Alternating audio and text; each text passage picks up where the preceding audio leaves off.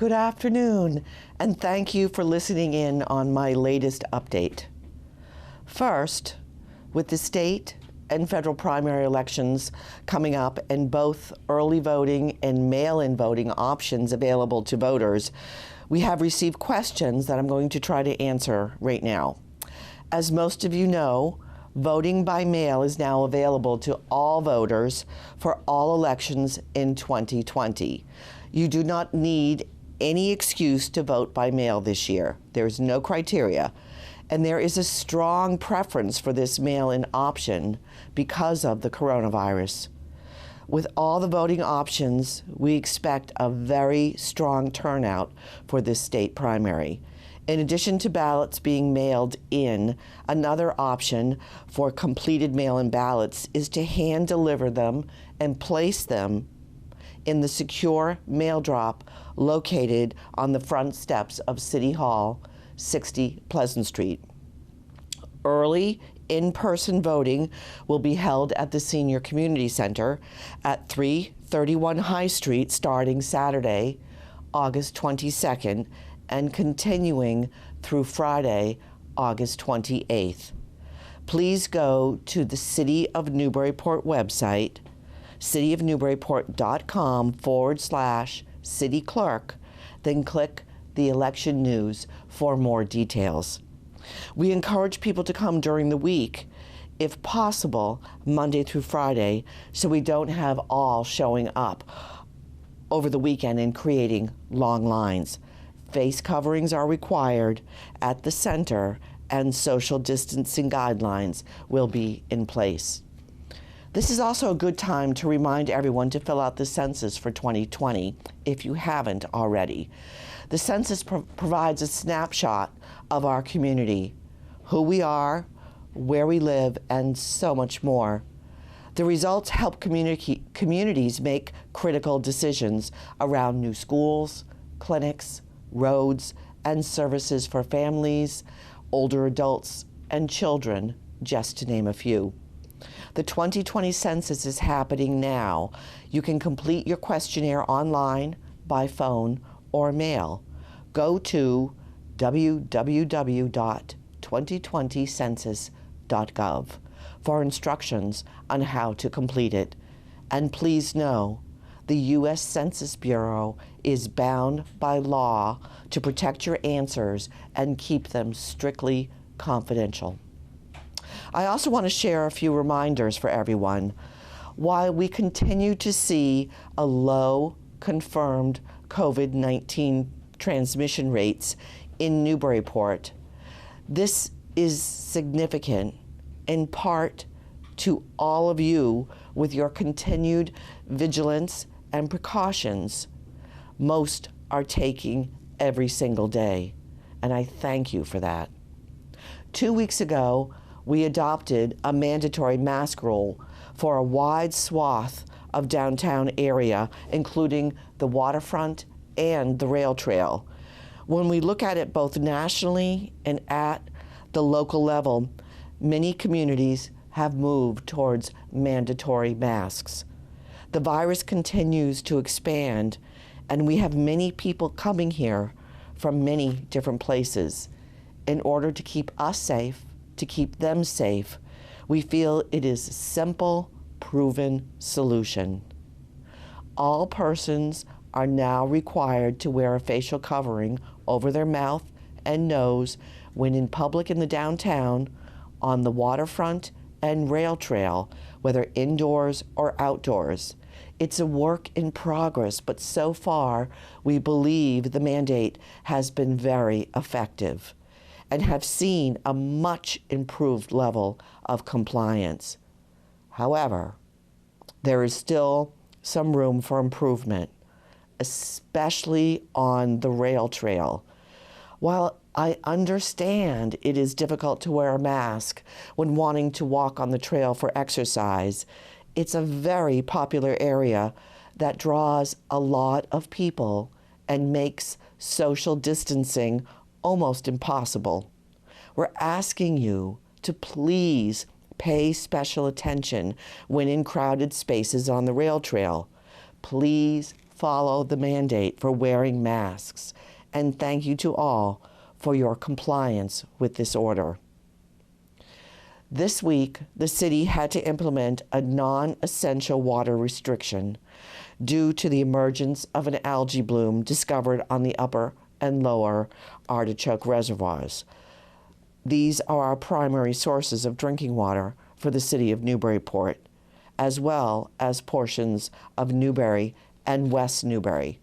The Newbury Department of Public Services Water Division conducted samplings of the water, which have indicated that toxins are not currently present in our treated drinking water, and the testing confirms that the water remains safe for drinking and other essential uses. Residents may continue to use the water for drinking, making infant formula, for ice, brushing teeth, and preparing foods. Boiling water is not necessary. We have, however, implemented mandatory water restrictions on non-essential water uses until further notice. The water use restriction will help control the spread of the algae bloom and allow the Water Division to control the bloom more quickly. More information and updates can be found on the city's website at cityofnewburyport.com/water restrictions. We will continue to provide you with regular updates on this situation. I hope you had a chance to watch my weekly address last week with Superintendent Gallagher on a discussion surrounding the reopening of the schools.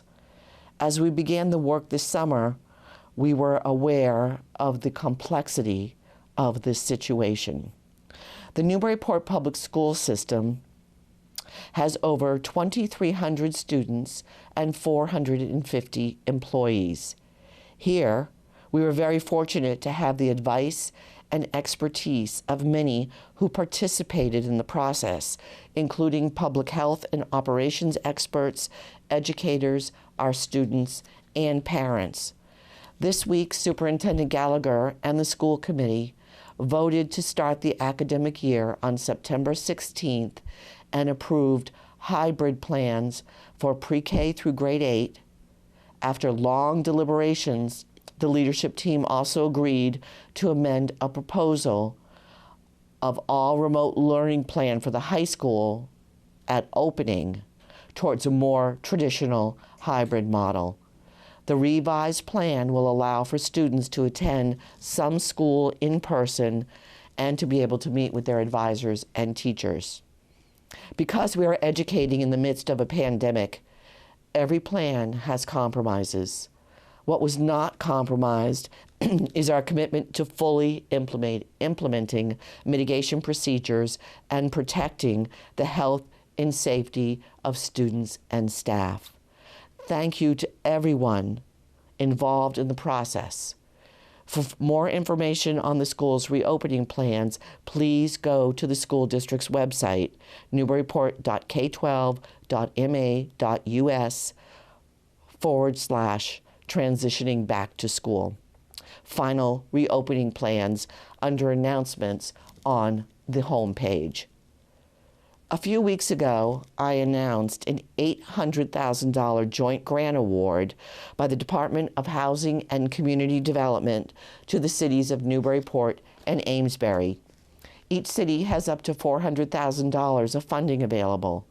The program provides $10,000 in grants to income-qualified small businesses with 5 or fewer employees to pay for rent, a mortgage, employee wages, and technical assistance to help get them back on their feet and adjust to a new economic normal.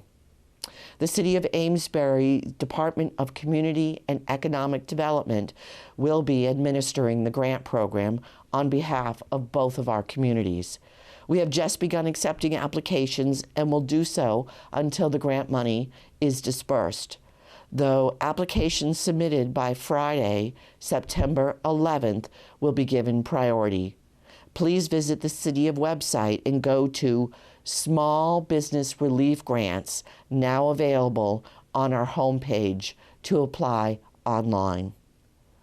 The Newbury Public Library is open to the public and is now offering limited indoor browsing and appointments with specific guidelines in place. The patio pickup also continues, inclusive of evening and weekend hours. Please visit their website at newburyportpl.org or call 978-465-4428 for additional information. We are still available to help any of our residents and families needing services. We have the Newburyport Connected webpage on the city website, a resource for all, and have dedicated staff available to you. Please complete the online form and you will be contacted. We have had already over 185 requests for assistance via this online form. We also have been able to assist many in the community.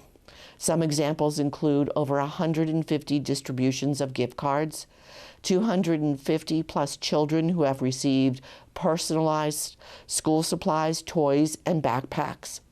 And we've given over 500 referrals to various social service organizations. Funding for help with rent is also still available through Pettingill House. Please visit their website to access the application. These are some examples, and there are many more, so please reach out if you are in need. We are finalizing major changes at City Hall to provide protections for staff and will be targeting a full opening date shortly. City Hall continues to meet with residents by appointment only and encouraging residents to use our online services for bill pay systems and vital records requests through the city website. All city public meetings and hearings continue to be conducted remotely until further notice. However, we are exploring ways to consider a policy to host hybrid meetings, attended in person by some and remotely by others. An ad hoc committee of the City Council has been convened consisting of city councilors and the city clerk's office, whose purpose is to study, recommend, and help implement procedures for the council and its various committees. The meetings would be conducted under guidelines ordered by the state. As I have recently addressed, we understand that we have work to do in the pursuit of racial justice, inclusiveness, and equity in the city of Newburyport. Just this week, during the school committee reopening meeting conducted via Zoom, a user hijacked the shared Zoom screen and began writing obscene statements and a racial slur. The Zoom feed was immediately shut down and relaunched. However, this was clearly a reminder that there are racist people out there who want to disrupt our sense of community, and we simply cannot tolerate it. Since the start of the pandemic, municipalities and school districts have had to depend on video conferencing platforms, including Zoom, to host meetings, and will need to ensure we have stringent security measures in place to prevent these types of incidents from occurring. We look forward to discussions alongside our political, religious, and business leaders, with our Human Rights Commission and community advocates. I am also pleased to announce that a new Newburyport Justice, Inclusion, and Equity Initiative has been included in this year's city budget. This will be the beginning of a sustained effort to make Newburyport a more just, equitable, and inclusive community for all, and we are excited to get started. I recently participated in the National League of Cities training on responding to racial tension in your city. More on these community conversations will be coming very soon. Finally, enjoy these last beautiful weeks of summer and spend time in one of our many parks, beaches, or enjoy browsing in our shops or a bite to eat in one of our many outdoor restaurants. You bring the mask. We have everything else. Have a wonderful weekend. Thank you.